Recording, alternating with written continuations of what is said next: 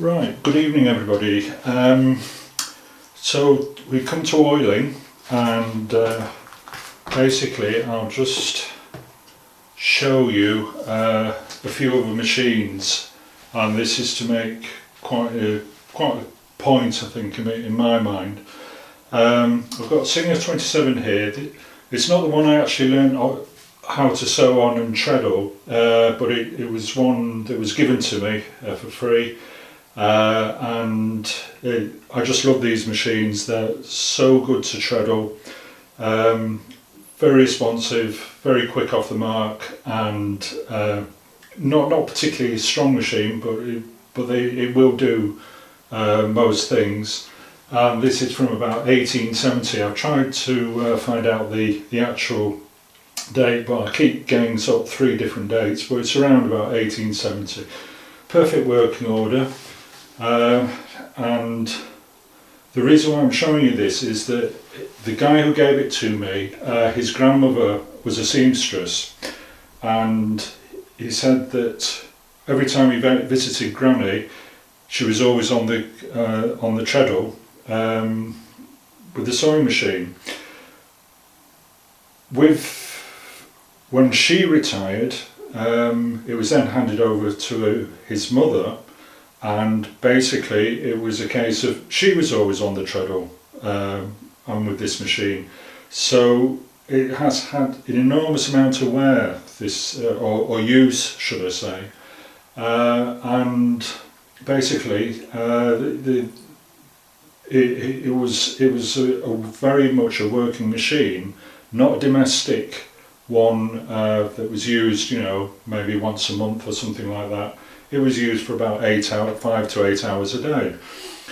We then come to the Singer 201-2. This came out of Leeds, and I got this from a lady whose aunt was a seamstress in one of the top tailors in Leeds, and this one's dated at 1937. And apparently I don't know if she used it at home or whether it was the work one. I was unclear on that one, but it was in very good condition mechanically. It was the motor that let them down because it had been so badly wired, and I'll show you a photograph of what the wiring looked like. But nevertheless, this machine's had a lot of use. Even though there's not much wear on the bed, she most likely used quite lightweight materials, but apparently it was used for sort of high-end tailoring, which of course you would expect. So this one is also in very good condition, used a fair amount. You can see sort of chunks being taken out of it. And it is a lovely machine to use, as the 27. We then come to this one, which is a Wilcox and Gibbs number 10. I saw a photograph of this many years ago. I'm talking, sort of almost 20 years ago, of British women, well, they were girls actually, very young women, using these machines to stitch parachutes. And I thought, what the heck's this? I mean, I've never seen anything quite like this at all. And I eventually tracked down one, and the guy who had it was an engineer, and he had got this from a lady that had entered service in a sewing factory. This was her machine on day one. She then got pregnant and decided to work from home to become an outworker. And what happened there was that she took the machine with her to become the outworker.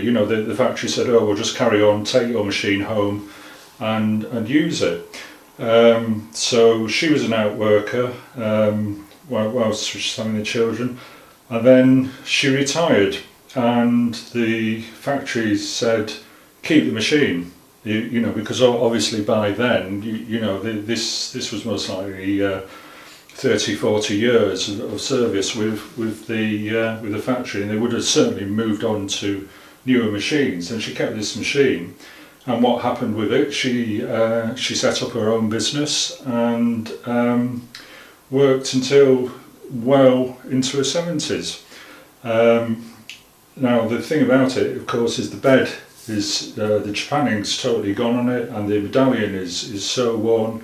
So this machine has been very well used with heavy materials and sort of curtains. The guy mentioned that she did a lot of heavy curtains with it, and this is a very high speed machine. It will do 4,000 RPM compared to the Singer, which will do just over 1,000.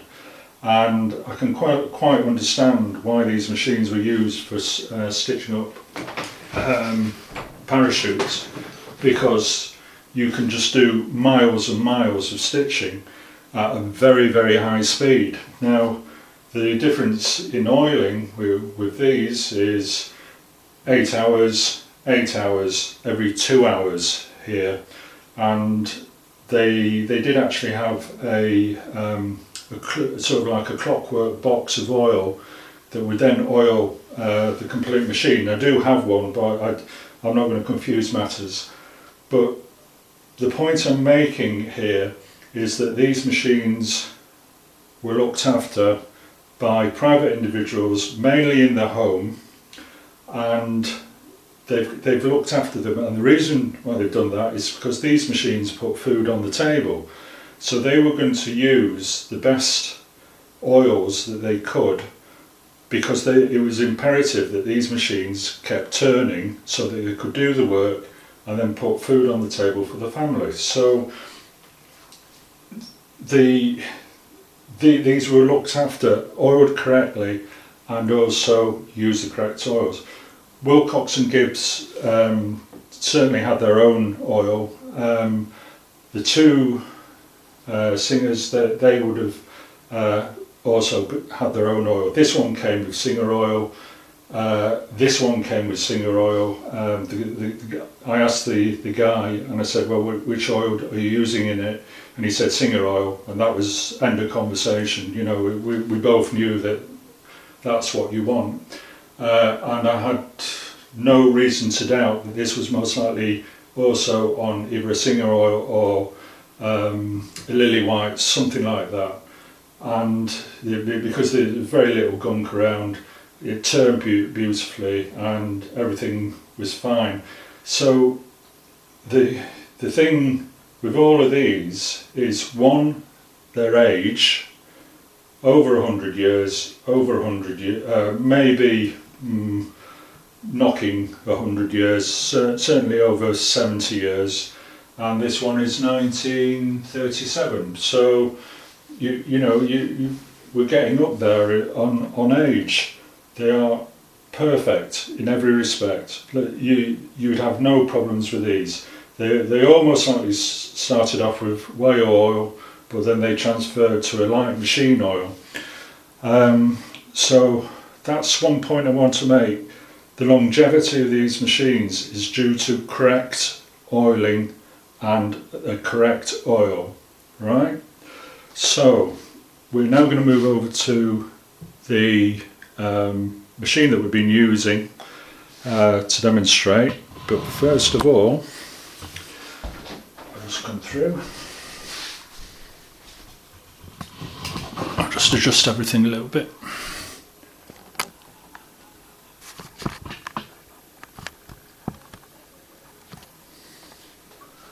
And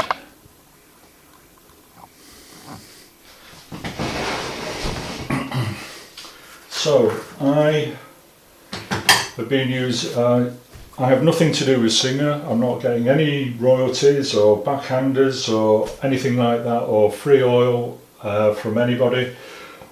I've been using Singer oil now for 15 years, possibly. On the first machine that I learnt on, I think I most likely used Singer oil, but I don't remember that container at that time. So 15 years of use, and it's wonderful. Highly recommend it. I don't use WD-40, I don't use 3-in-1, I don't use Tri-Flow, and I don't use olive oil, and I don't use butter, lard or anything like that. I'm just sticking with what these machines most likely switched to many years ago when they ditched the the whale oil over to a light machine oil. And I can't really sort of say enough about this, because if you look on, for instance, eBay and just type in sewing machine oil, you get hundreds of you get a lot of oils. Silicon oils, whatever, different types. All oils aren't the same, and all greases aren't the same. They are different animals, and you really need to have the correct oil for the correct machine. And it's like your car, you can't just put in any old oil into your engine.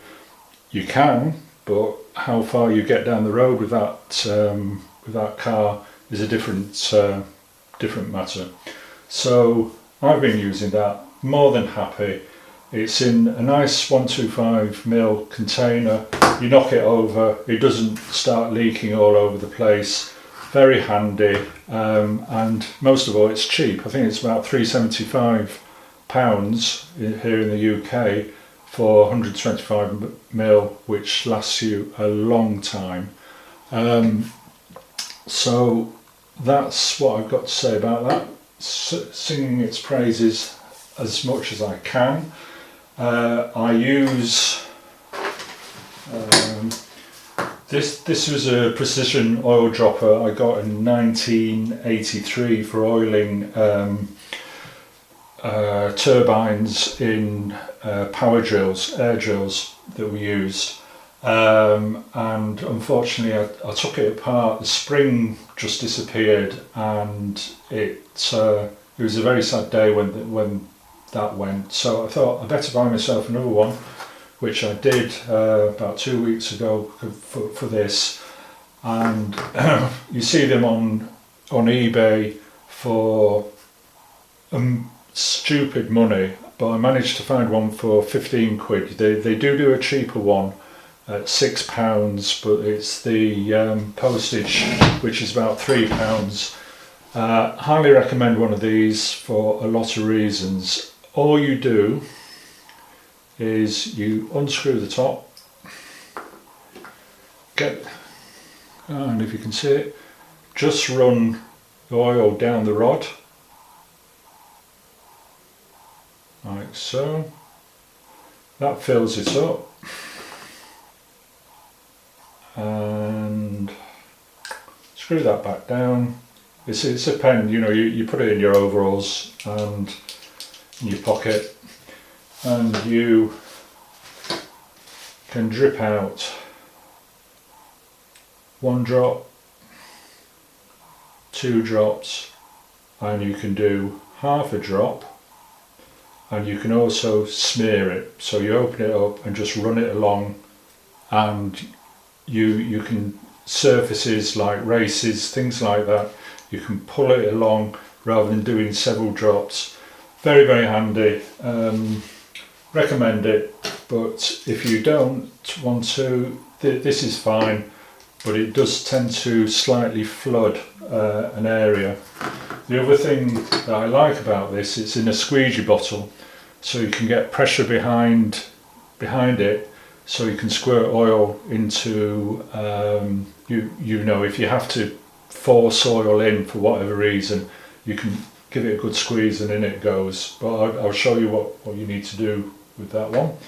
Now the pen is from expotools.com, and the number is 743-25, and they are about £15 in the UK. They do a cheaper one which looks perfectly fine at £6, but I always like this one because I've always had one, if you see what I mean. Right, we then come to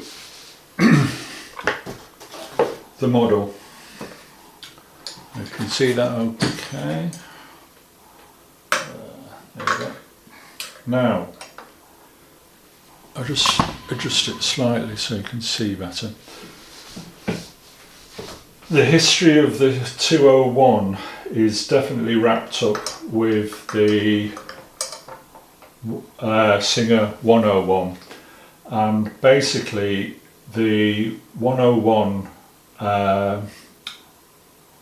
is virtually identical in the idea of 3 sets of gears with a motor attached. And it was I believe it was the first one to have an internal electric motor, and they were out in the early 30s. I was told about 6 months ago the reason why the 101 failed, and it looks a cracking machine, and unfortunately there's about 5 in Europe that I know about, maybe even 3 in Europe that I know about, because they weren't a success. They had a very short run even in America, and then they brought in the 201.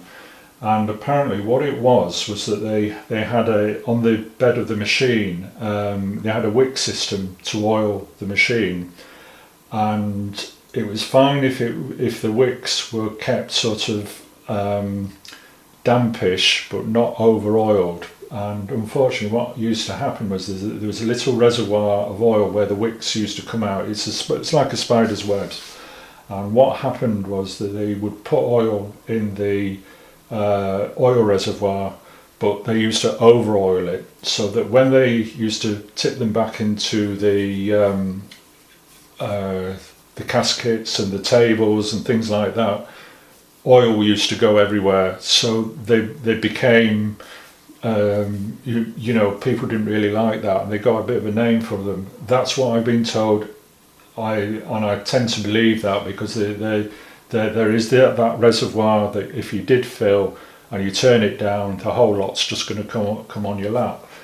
So in their wisdom, they went back to the drawing board, but they did have a very good machine with the 101, but it just needed sorting out. So they did the same, but this time they put the oil cans at the bottom. There you go. Gear covers at the bottom to collect any oil that came through the machine.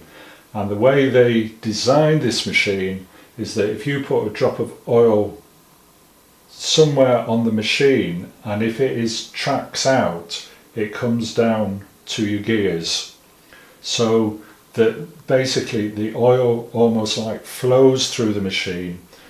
And when that happens, and when the oil when you've oiled the gears and these spin, it's then collected in here. So these are dual purpose. They protect the gears, but they also collect the oil, the waste oil from the machine.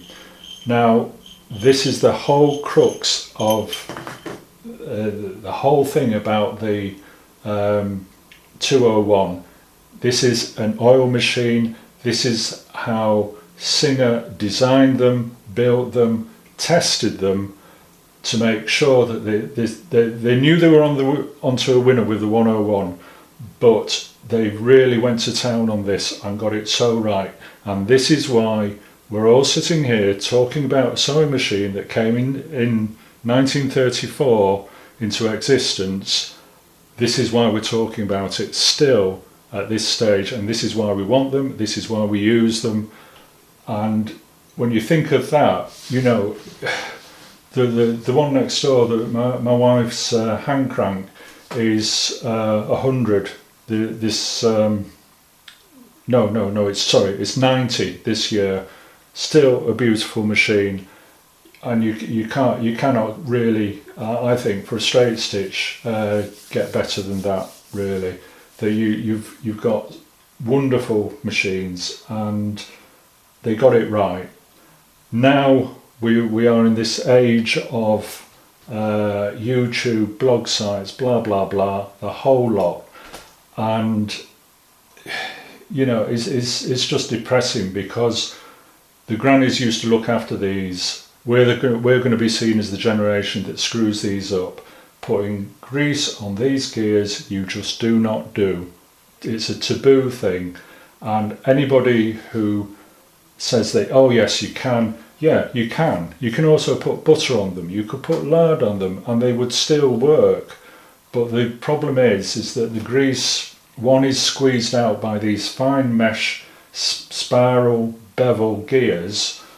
It squeezes out, the grease starts to dry out, and then you get metal on metal wear, and then you're starting to wear the machine out. Oh, but it's all right, I've greased the gears. Yeah, great. But the thing is that with the oiling system, you are oiling them every 8 hours, and they stay nice and fresh, and they run so much. They're ultra smooth with oil. Grease, you're going to kill it. You're going to kill the machine, and it's very, very sad. And I know I keep going on about it, but I keep getting people arguing with me. Oh yeah, but my grease has got PTFE in. I don't care. You know, I can show you where gears have been damaged by incorrect grease, and you know it's very, very sad really, because you can't convince these people that the use of grease on them is to the detriment of the machine, and then you have to use the correct oil. You can't just use any old oil. You can't 3-in-1 just screws them up. You know, they gum up within very, very short time. And WD-40, I've heard people say that. I've even heard a guy say he uses CV joint grease for his. Well, CV joint grease is for part of a car on the CV joints, CV bearings. Extreme high pressure. It's like tar basically. And oh no, I always use this on my 201. Well, good luck, mate. See how long that lasts. So that's my bit of my rant over. But these were designed. You can look in the little green booklet. Nothing about putting grease on the gears. You can look at the proper manual that Singer produced for them. Nothing about grease on here. So it is an oil only machine, period. Right, pressing on. So you've got the oil collecting in there. So when they drop oil in, it works its way round the machine. Now unfortunately I haven't got the 2 bushings for here, which will clearly show you what I mean about that.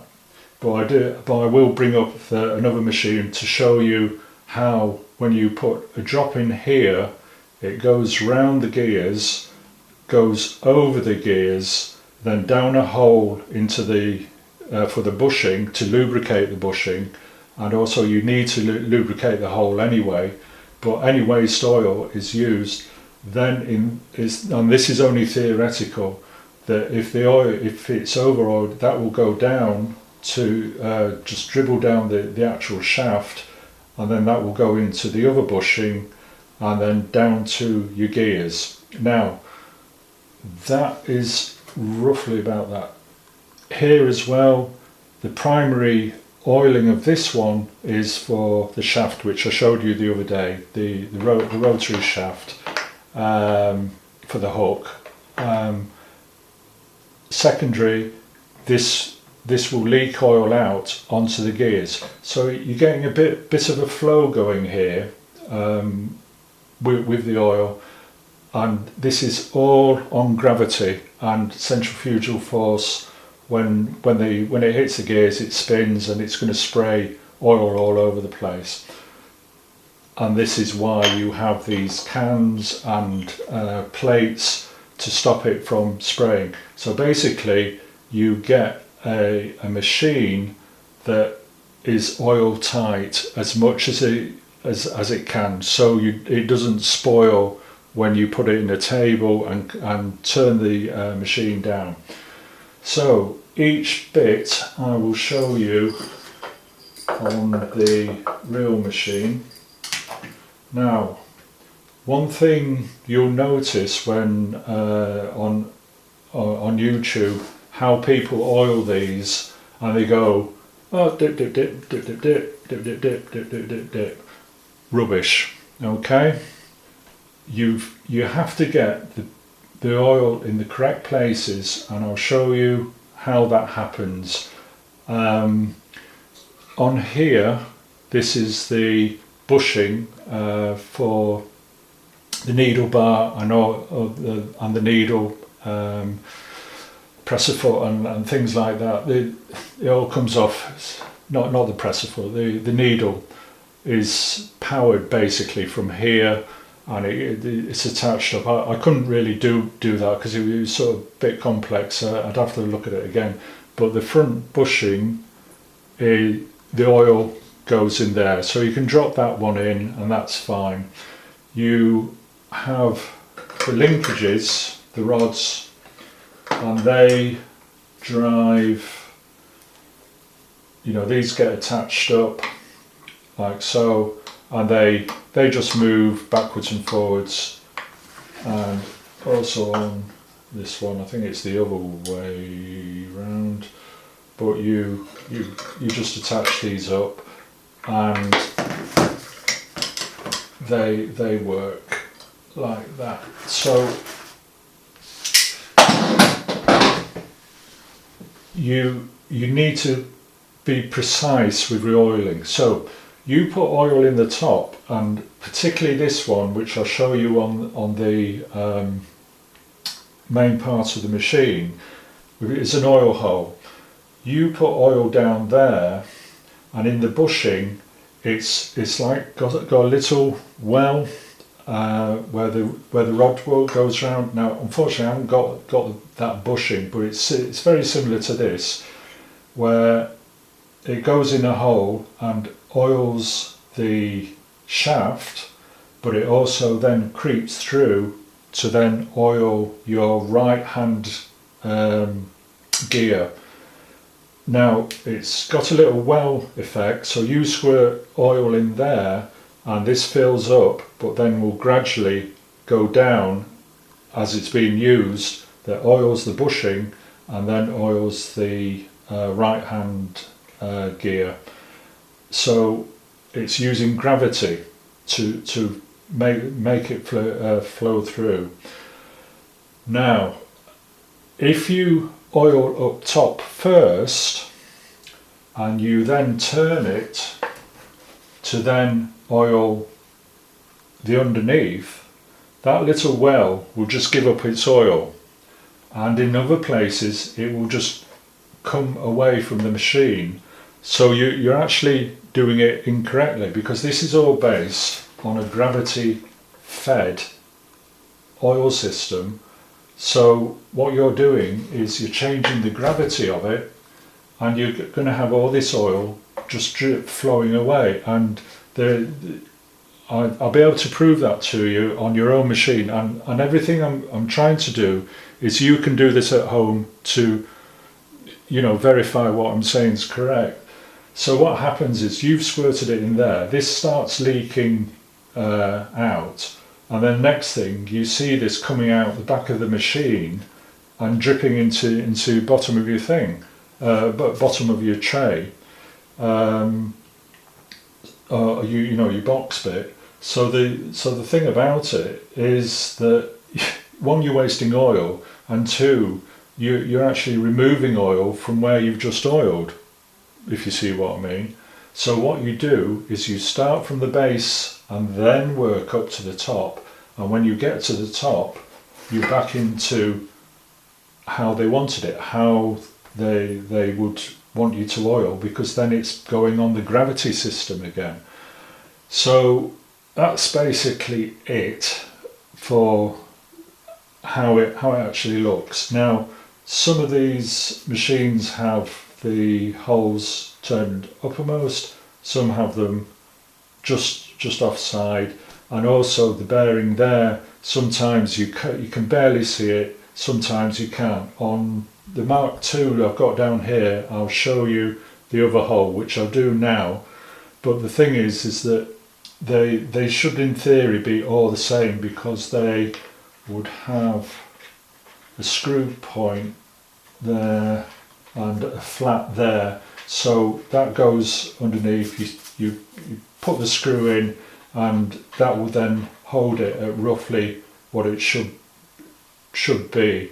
But the problem is that I think they were doing so many, I think they just put them in and screwed them up, and if you've got everything in the correct orientation, I think basically you're lucky. But I think Friday afternoon machines would have been sort of bang through like everything else. So I'll just remove that and I'll come back to that later.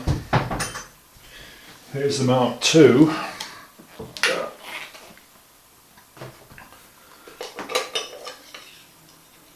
And I'll just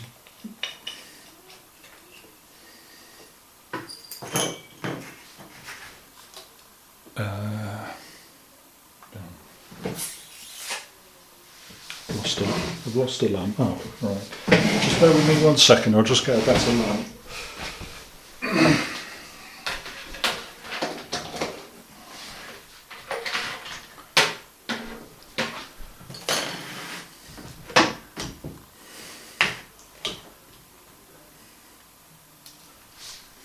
And I'll just zoom it in.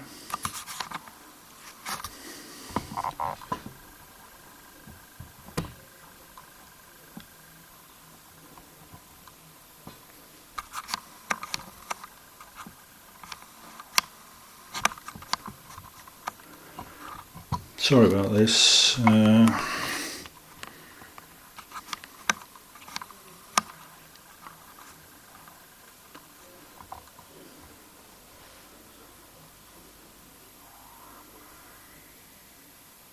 Right, you can just see a hole there. I'll just go in a bit more.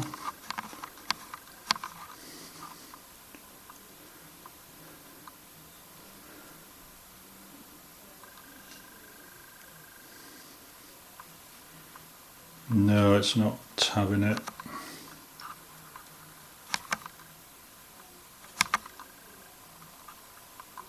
Right. That hole there is where you put your oil, and that's part of the bushing, and you pop your oil in there. You definitely have to oil that, and then that oils the down shaft of the gear clusters. And when you put oil in at the top, it comes down over the top, so any waste oil goes down there. It gets, sometimes it's absorbed by the where the bushing hits the gear, but anything else ends up there. So what they've done is they've put that hole half in, half out from the body, so anything will just go down that hole, and it's all about the gravity effect of it. It's all about using waste oil, or unused oil should I say, to then carry on down the machine. So they've been very, very clever with this machine, and hats off to them about it. But you know, like I say, we are starting to get into the realms of how we destroy them. So that one you need to also oil. Right.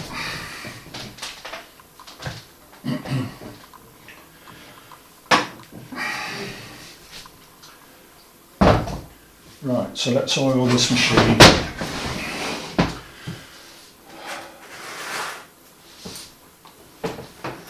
So it's still basically as you had it. I'll just come back again.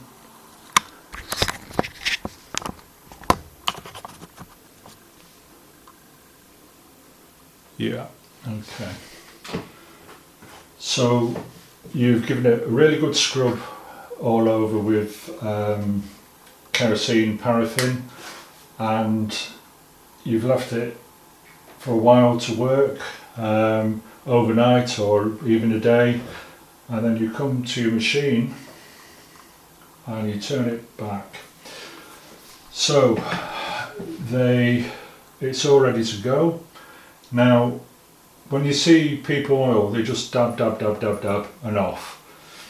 I'm not like that. I make sure that whatever I'm oiling is done correctly and that it's going to work. So this is why I like spoke wheels, because you can turn them. These are still moist from the kerosene, still got plenty in. That's fine. And what will happen is that as I add the oil, it mixes with the kerosene and goes in deep into the machine. So rather than the oil trying to get in there, it's got a little partner that's going to help them get to the real nooks and crannies of the machine. So first of all, I do the four corners of the Pitman rods. I called them Pitman lines the other day for some reason. So I do 2 drops on each corner.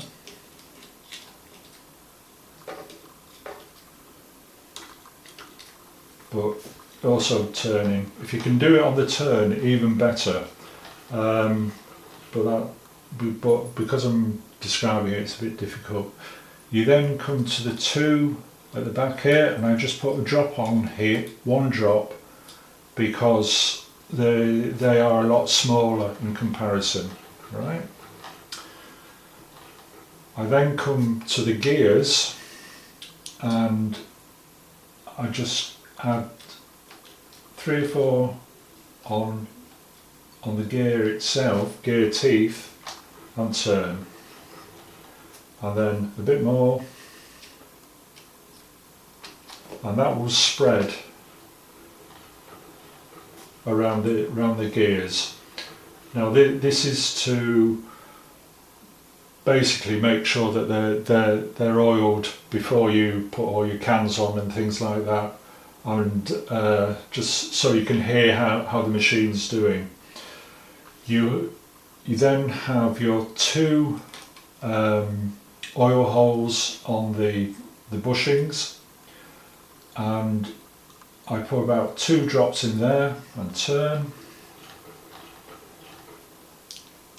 and 2 drops in there and turn. Okay.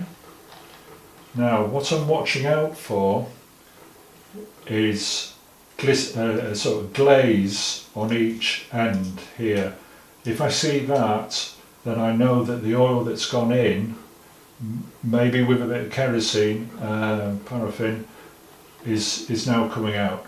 So there's no need to add more oil here or here. If I didn't really see that, I would then oil the 2 ends, but I can clearly see that has got plenty of oil on. 2 drops in there.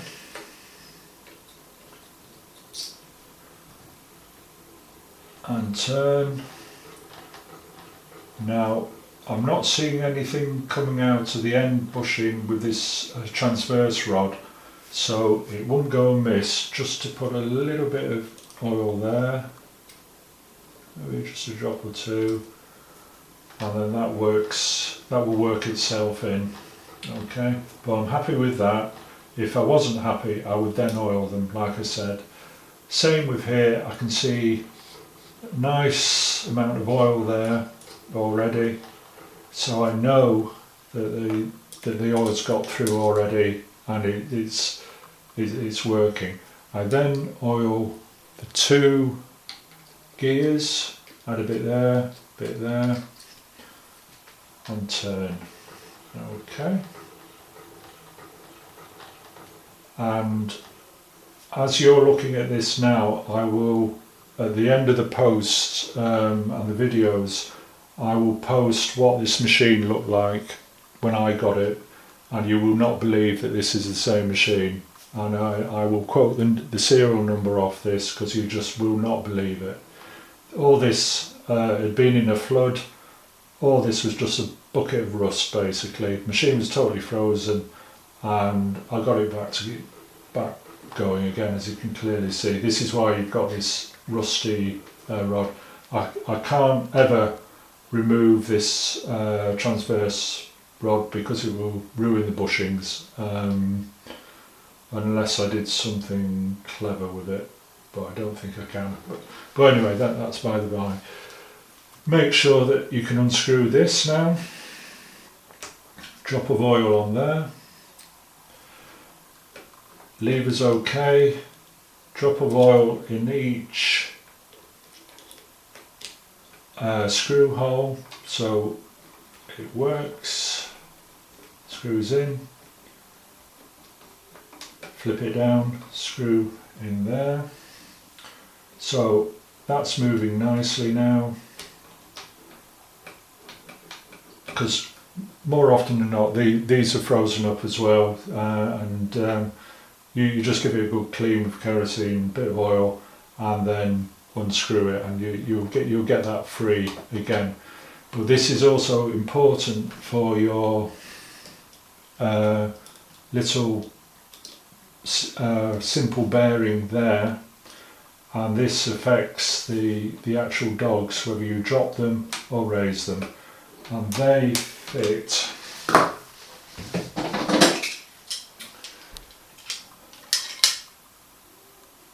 So you've got the bearing there, sorry, at the back, there you go, bearing there, and then you've got the get this right orientation, copy that,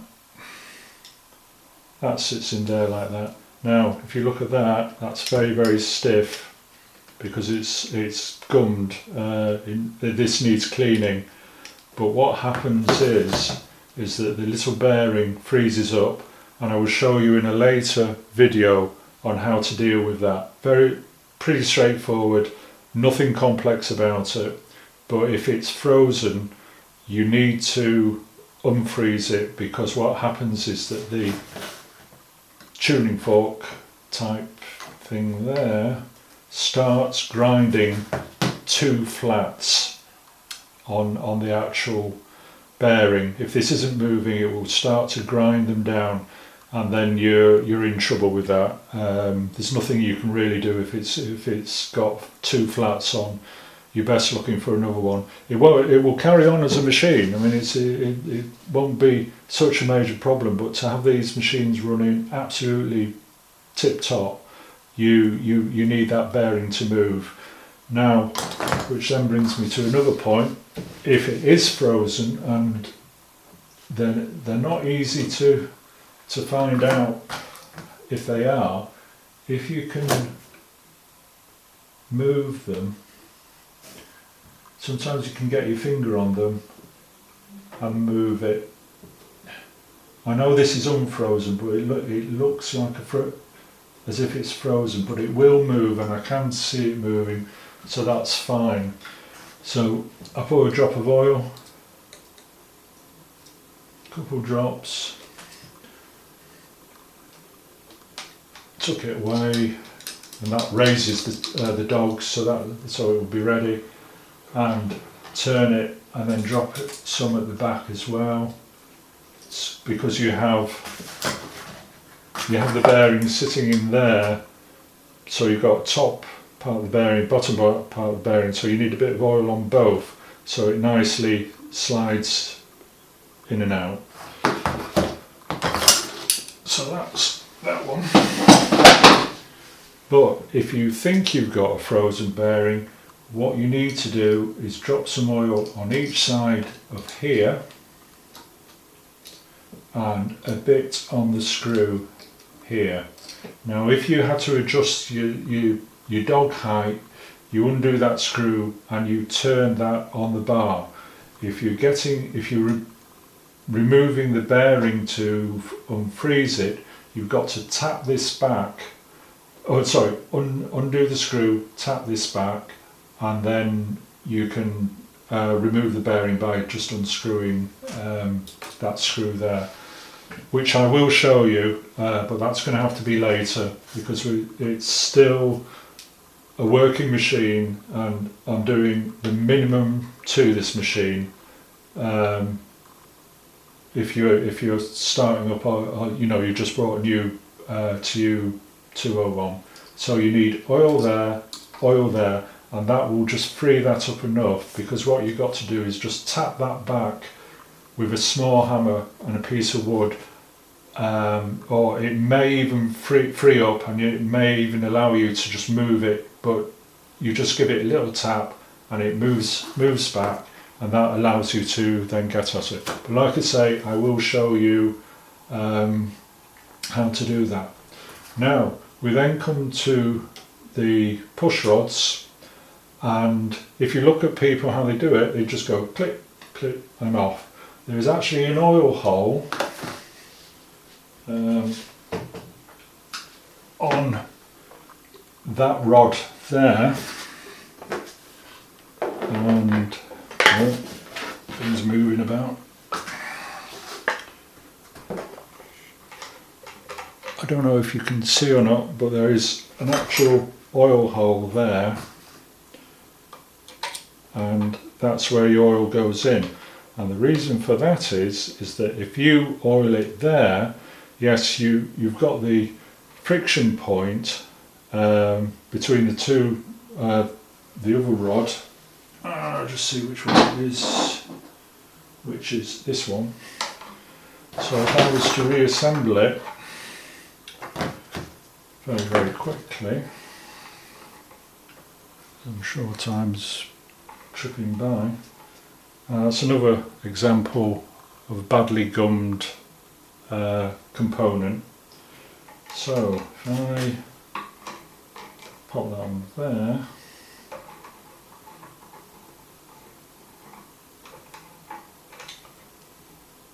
oh, we've got the wrong one.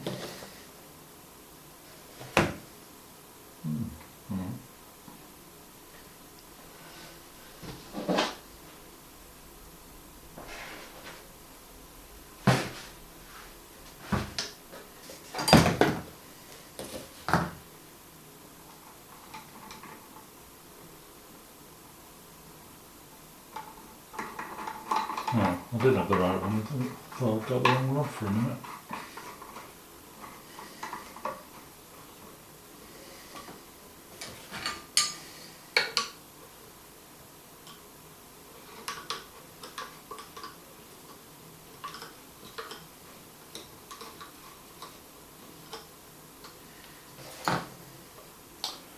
And you've got that there.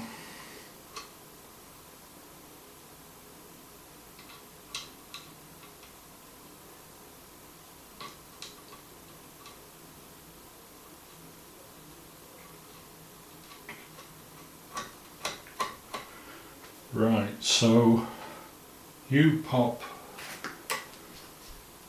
a drop in there, all you're doing is dealing with the two friction points there from the con rod, if you like, and the pitman rod here.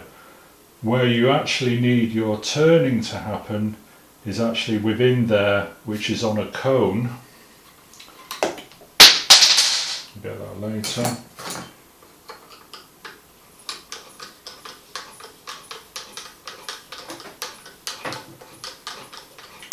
You can tell that these haven't been oiled.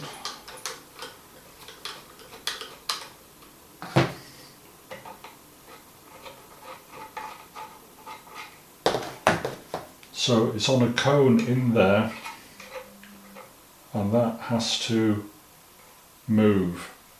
So it needs oil the cone needs oiling, you oil it there, you're not oiling the cone. Okay? So very important that that oil hole is used, and when you see people oil, they just drop it there. You aim for the actual oil hole if you can get it.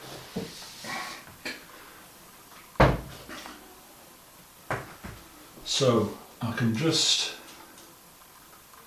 about see it, and I can a couple of drops in there and move it, and that will oil that the cone-shaped piece of metal there.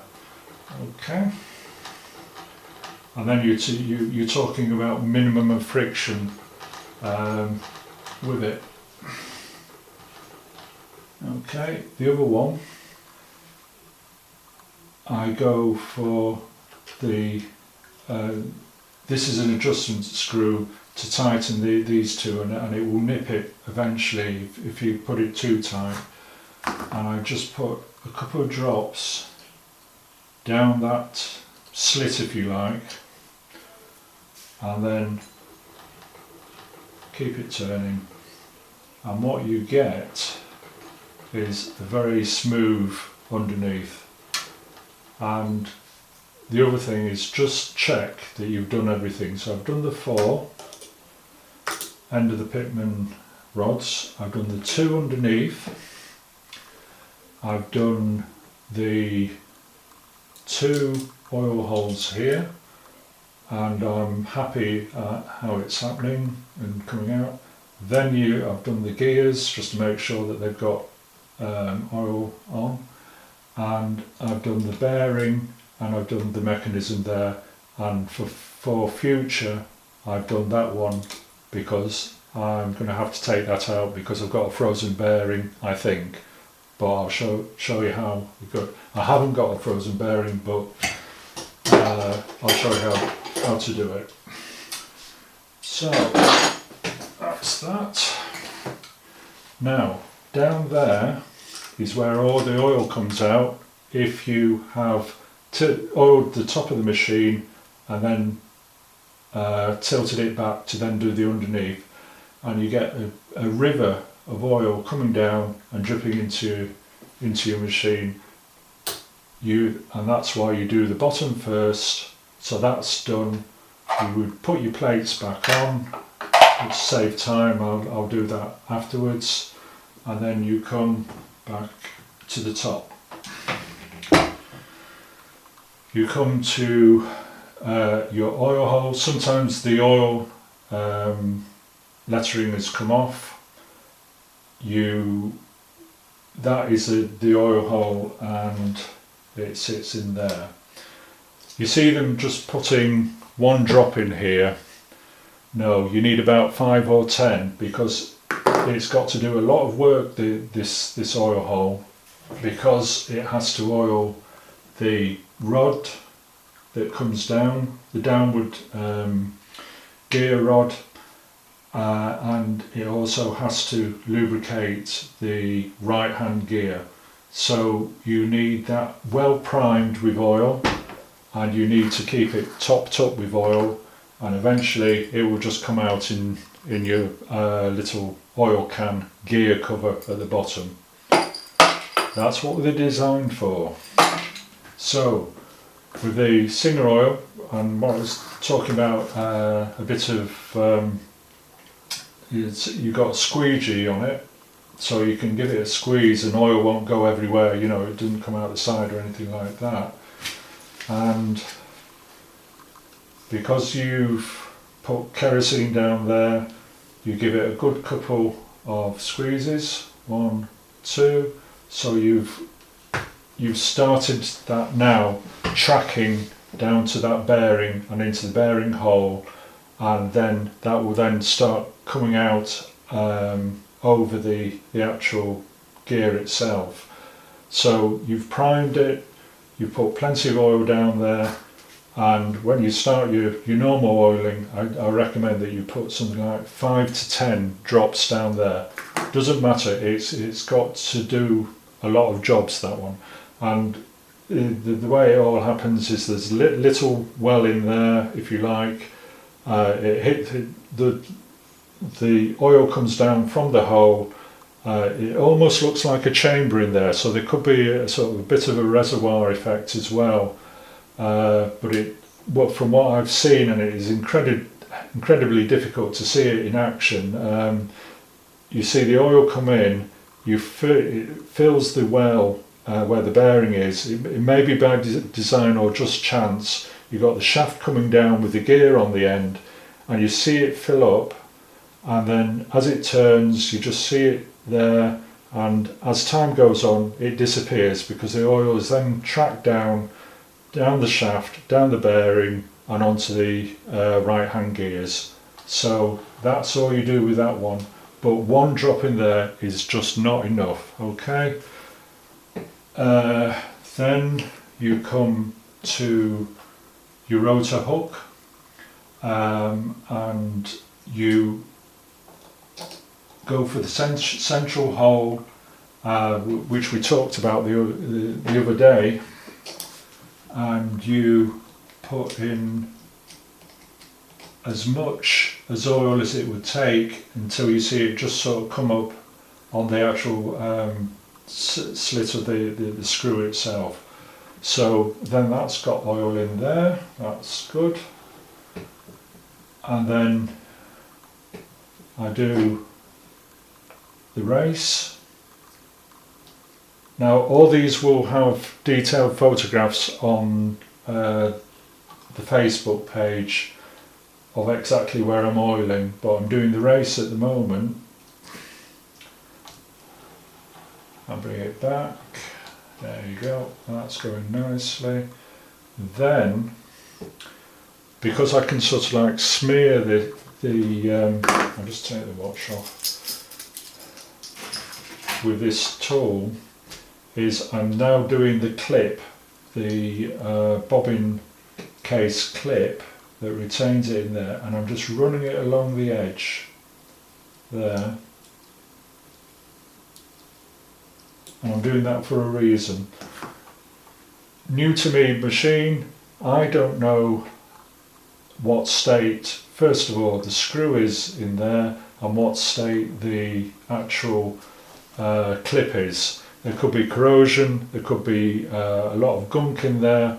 I've flushed and used kerosene and there will still be some in there, and what I'm doing is I'm leaving that for the oil to go in there now and to give me the best chance of removing the bobbin case. And if I want to remove the hook by taking the screw off, I have to give myself best chance so I don't damage this machine. So I'm just letting it be what it is. I know that you take these out to clean underneath, but because I don't know, because in theory it's a new machine to me, I will not go straight for that and take it all out, because if that's corroded on, then I could bend it, break the hook, whatever.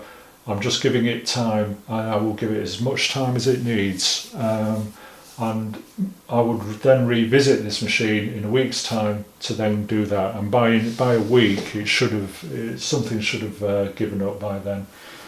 So we then start coming up the machine. Do your winder. I don't put kerosene in here unless it's really bad. So put one drop in there, a couple of drops maybe, spin it round and drop on the hinge here. So that will work in,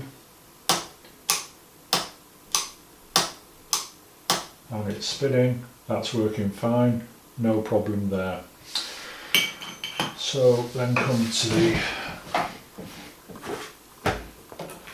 the machine.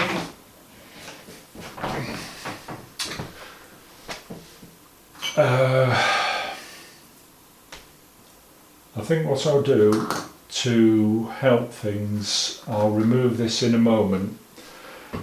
So wind it to the top, put about 3 drops on here, and wind it down and back up, down and up, down and up. And this is again using gravity. There is a same sort of principle with that gear I was going on about and the bushing.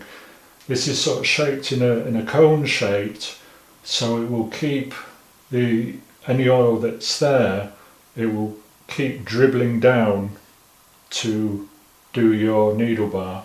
Okay, and just for luck, do a couple at the bottom, that will go up, and then you get, you know, a good amount of oil in there. And also what you're looking for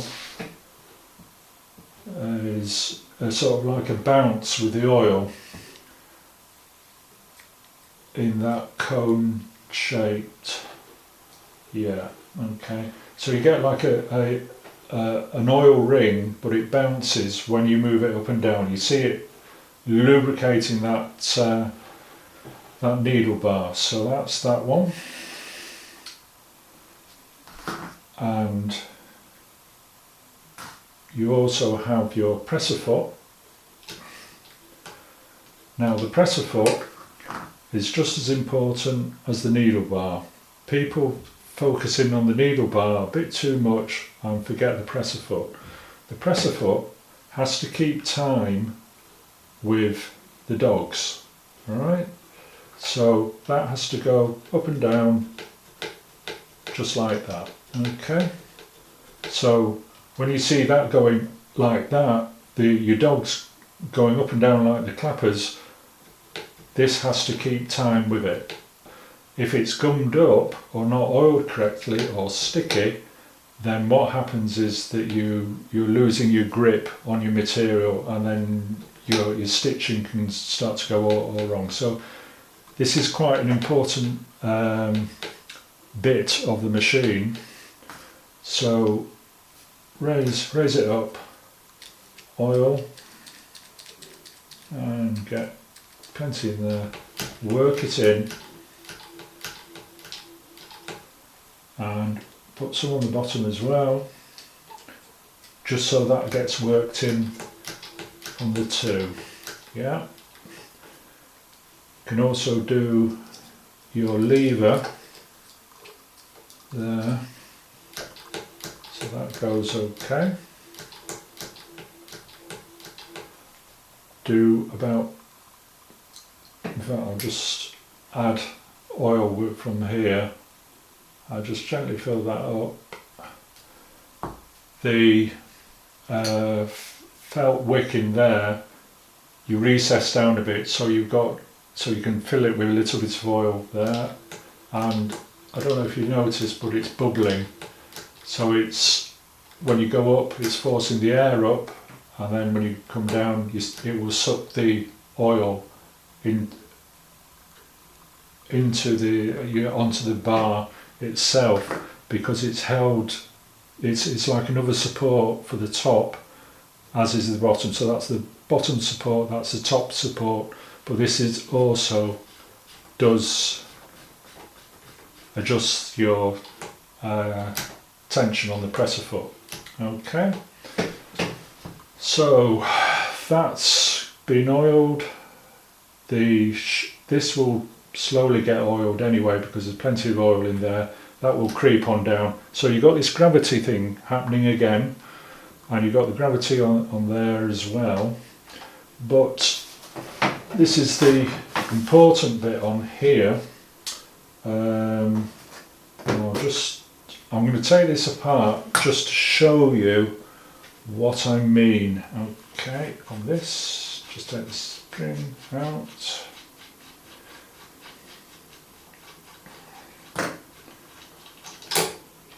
There you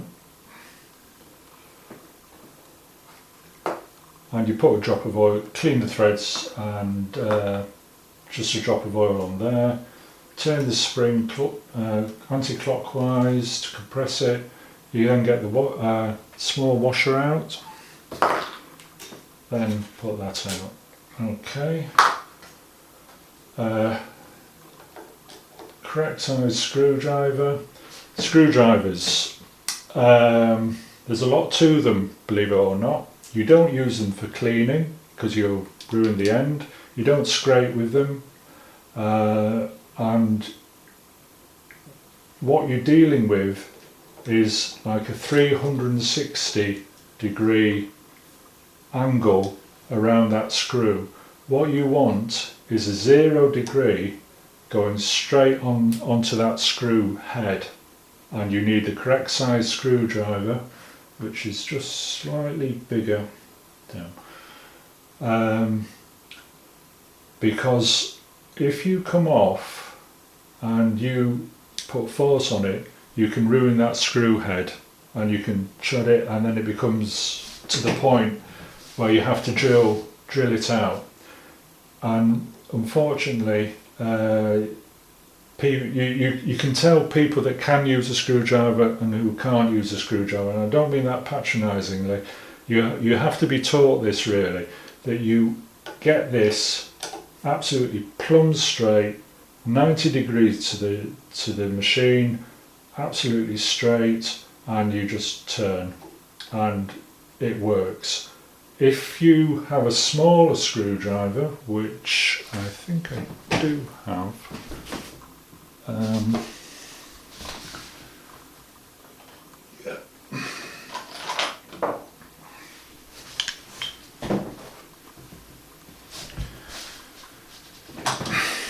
if you have a smaller screwdriver, even that size, it's hard to judge the actual angle that you're going in at. The longer the screwdriver, the more centralised you get it. And if you see me use a screwdriver, I always bring it up to the central, so it's flat on. Smaller ones are more difficult to judge that angle, so longer handled ones are actually better. And with the Singer ones, they are very, very long, and that is for two reasons. One, they can go down the full length of the machine, but also they are ideal for getting it absolutely spot on. So that's just a tip for screwdrivers, that you get it absolutely plumb straight. And the other thing is, you don't go off at an angle like that when you're unscrewing. You've got to keep it in, and if you put your thumb against it, as it tends to sort of come off anyway, but if you put your thumb against it, it will centralise that screwdriver. A thumbnail, should I say, centralises the screwdriver back onto the screw. Well, that's still a little bit too big. Right, to remove this, when they're badly gummed up, I actually get an adjustable spanner on the bottom and gently wiggle it, and then you'll get a bit of a crack. But another tip I can give you is, you remove that screw, and if you are taking it out and it is badly gummed up, you put in a bit of oil like that until it looks almost full. Then you pop in your screw again as quickly as you can before the oil runs out. I'll use this one because it's a better fit. And you screw that in down tight, and the screw acts as a piston on the oil, and the oil is then forced in and around, so that it then works better to actually free it up. So the thing about that is, you fill it up full of oil, put your screw in, screw it down as quick as you can, and the piston effect of the screw forces that oil in and around. And that's a little tip for you. So you wiggle it, and eventually it loosens if it's badly gummed. And as I'm using the adjustable spanner, I put my finger in and wiggle it up and bring it out. This one obviously is nice and clean, will come straight out, and on a good day, if it doesn't come out, I don't care. I think I'm going to leave that in. There is a little screw there that slightly expands the two plates of metal, but I'm not really that. Sometimes they just flop out. No, this. I think I've actually tightened that, and I don't want to. I've got to put it back together because what I want to show you is the top hinge. And I'll bring the light in. There. Now, there are. What am I doing for time? Right. You've got an oil hole there. So just there. You have an oil hole there, and I don't think there's another. I thought there was a third one.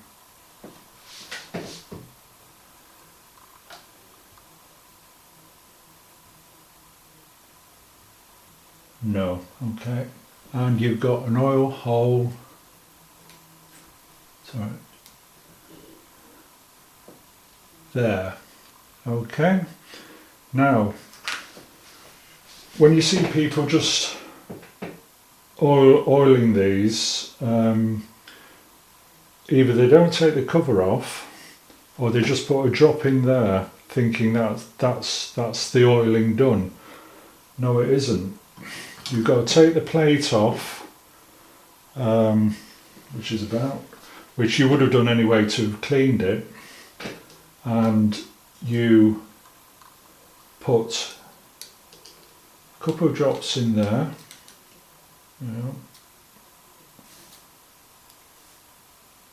One in there, and turn. Okay. You put a couple of drops on that oil hole there, and turn. And the thing about that, this is getting to where they want you to put the oil. Okay, it's not a case of just spraying it with oil. Now, I thought there was another one somewhere, but I don't think there is. So I'm going to just go between the two slits there, and let's go around now, and oil. Now, the problem is up here, and this is where experience comes in. You put oil in there, and I don't know if you can see it or not. I'll try and bring it in again.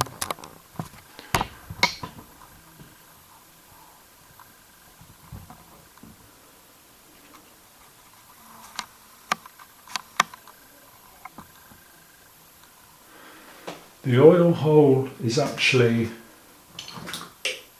off centre now, and you drop oil in there, all that's going to happen is that it's going to go round and drop off and into the machine. So you've effectively missed that hole altogether, and all you need to do is make sure when it comes back up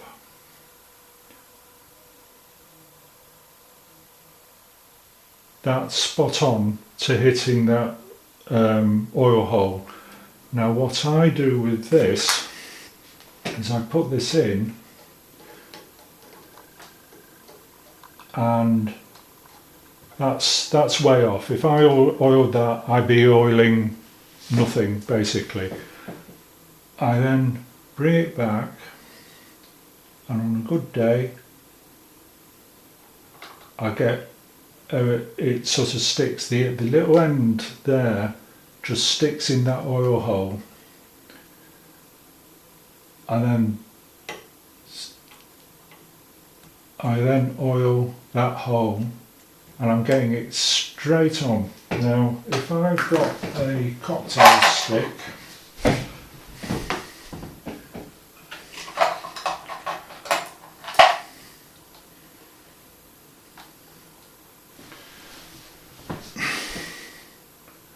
which may actually be a better representation of it.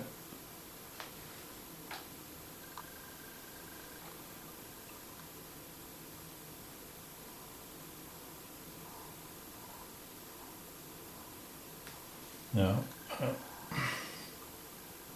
Right, that's dropped. Okay, it's quite difficult to see through that little hole anyway. But I've got it on the outside. Bring it round, bring it round, bring it round, bring it round, and it's dropped. And that's dropped into the actual oil hole. Bring that out, and if you don't have one of these, to give a precise drop, if you pop this in, you're going to hit that oil hole. Oh, no, I'm not.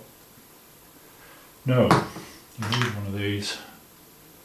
Okay, so that will get that. Okay, so that now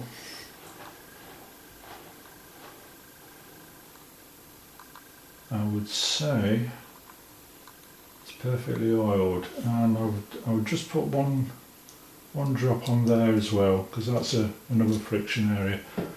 But that is now properly oiled.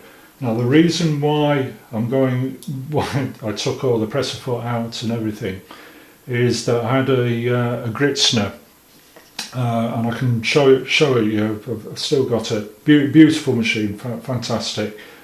Came frozen up, and I had a look at it, and I couldn't quite understand why it wasn't working. I did all the checks. I did splitting the machine up between the top and the bottom, and then dividing it again from front and back, trying to find where the actual problem was. And eventually I found out what the problem was that they've got a very, very similar sort of mechanism at the top, and it hadn't been oiled, and the hinge bolt here had rusted, and everything else was fine. As soon as I got that out, cleaned it, oiled it, put it back in, everything started moving again. So everything else, because they're pretty similar in some respects, everything else had been oiled, but this had a similar sort of hole at the top, but they had missed every single time when they oiled it. So it just rusted up, froze the machine up, and the person wanted to get rid of it, of course, because it wasn't working, didn't know how to sort it out. And that's why I'm very particular about getting that hole, and you will see it, and I'll take some photographs again, and where you will clearly see all the oil holes. Just one thing out of interest, if you can just make out some golden writing there, I'll just come back a bit. There. That is the mark of the people that used to touch up the decals on the machine, and there is a video of how they made the machines in 1935. I dated it. In 1935 they did a film about how they made singers in Scotland, and you can actually see them going round the decals where they've either been scratched or damaged, and they go around with a very fine gold paint brush with gold paint, and they just touch up where the damage is done. When they finish, they put their mark inside to say that they've done it, and that's how it's done. So whenever you see a gold mark in there, that's what that's about.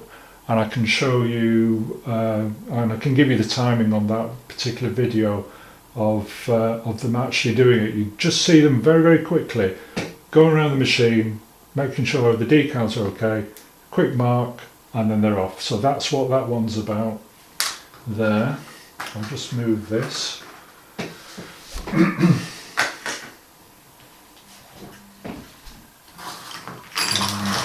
bring this up. I'll put everything back together again later.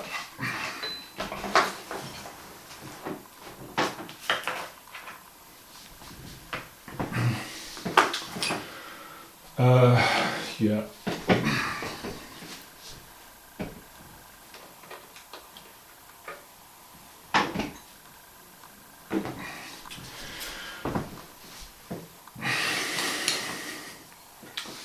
Right, I mentioned about Singer's screwdrivers, how good they were, and that's an absolutely perfect fit, and it's not a hollow ground one. Perfect fit for this job. Centralise it up, unscrew a wee bit.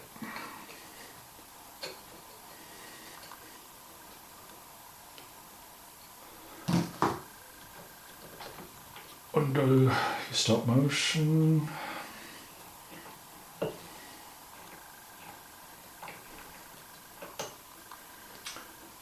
Remove that clutch part.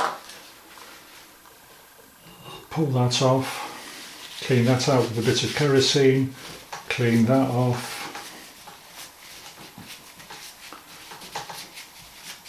So it's all nice and clean, because you do have to have these so it will spin properly.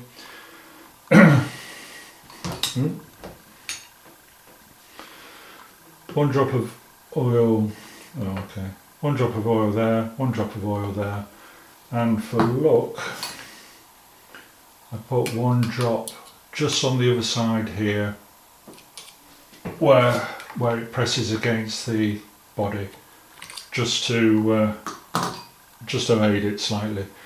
Then pop this back on. Now we'll just see what happens. Yeah, we'll take it, and you just spin it, because when you, of course, want to do your fill your bobbin with it, you need this to spin. I don't oil the inside. You just need a bit of bite on them, and if you oil them, they can start coming loose. You need that not to have any sort of grease, oil, but just to clean the dirt